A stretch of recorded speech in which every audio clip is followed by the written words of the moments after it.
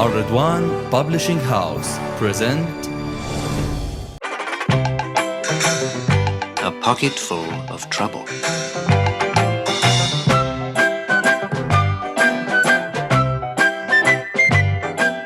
Wilfrid loved the lesson on magnetism.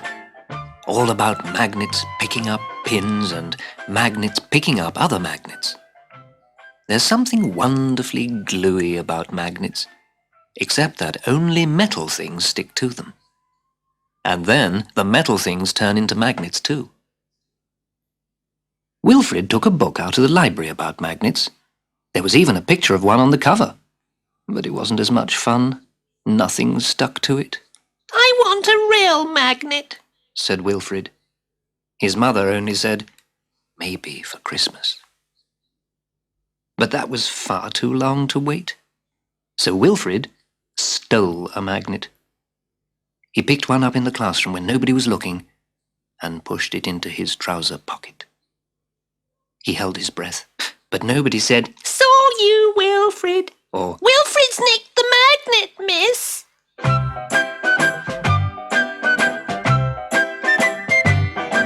he whistled all the way to the school gates, patting his trouser pocket. Stealing was easy. He might even take it up for a living. As he sat down in the park, he didn't notice the bent iron nail in the grass. It didn't hurt when he sat on it. It was under the pocket with the magnet in.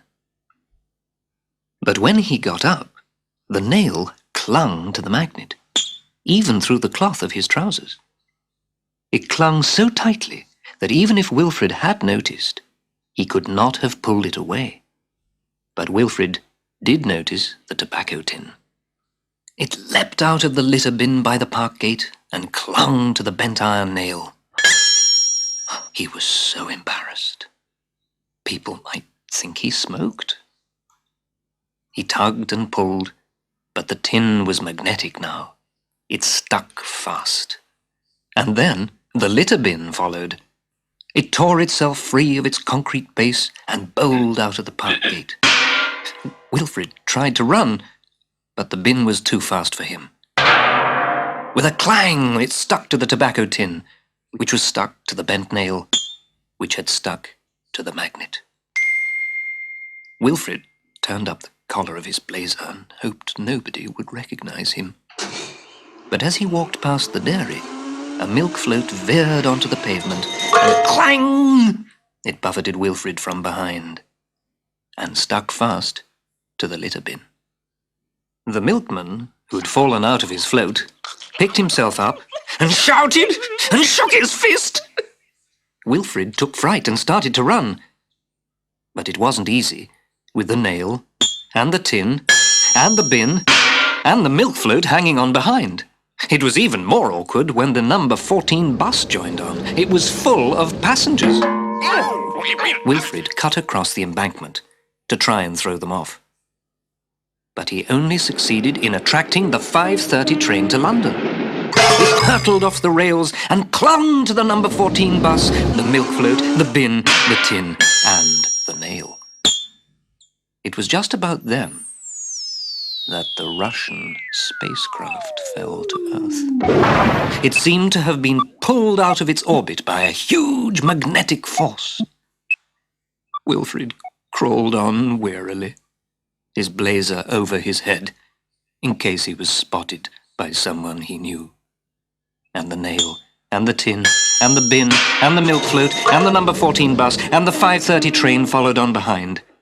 So did the big bleeping spacecraft with a hammer and sickle painted on the top.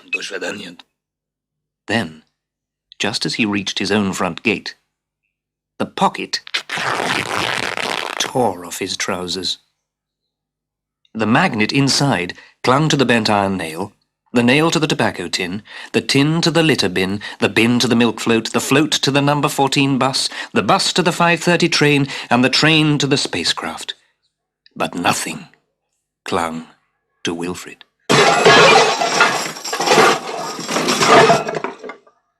A great heap of magnetic metal lay in the road, and later the men from the council had to come and take it all away. Wilfrid's mother shouted at him for tearing the pocket off his trousers, and Wilfrid decided he would not take up stealing for a living.